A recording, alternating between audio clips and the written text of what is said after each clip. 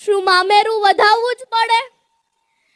Social મીડિયામાં એક post ખૂબ વાયરલ થઈ હતી કે મામેરાની વિધિ સમયે મામેરું વધાવતા એક બહેનની આંખમાંથી આંસુ આવી ગયા કે ભાઈ બહેન માટે ઓછું મામેરું લાવ્યા હતા એ માટે નહીં, પણ પ્રસંગમાં હાજર સ્ત્રીઓ એમના ભાઈનું સામાન્ય મામેરું જોઈને એમની મજાક ઉડાવતી હતી.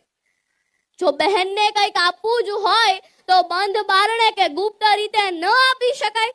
સમાજમાં ઢંઢેરો પીટીને ગામને બતાવવાની શું જરૂરિયાત છે? અને હમણાં તો અલગ જ વાના રસમ, પીઠી રસમ, છાપ ડેકોરેશન અને છાપ ડેકોરેશનના ક્રેઝમાં છાપમાં મૂકવા માટે મોંઘા દાટ કપડા અને 8 થી 10 લાખ રૂપિયાના ઘરેણા તો ખરા જ. શું આ ઘરેણા આપણે પહેરવાના છીએ? એ ક્યાં રહેવાના છે?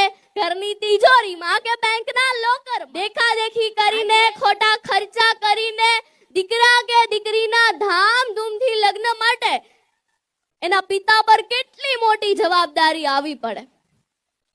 આ બધું જ જાણવા છતાં મૌન સેવાય છે. પણ દુઃખ તો ત્યારે થાય છે કે નથી ને તોય કરવા જાય છે ને અંત સુધી હપ્તા ભરાય છે.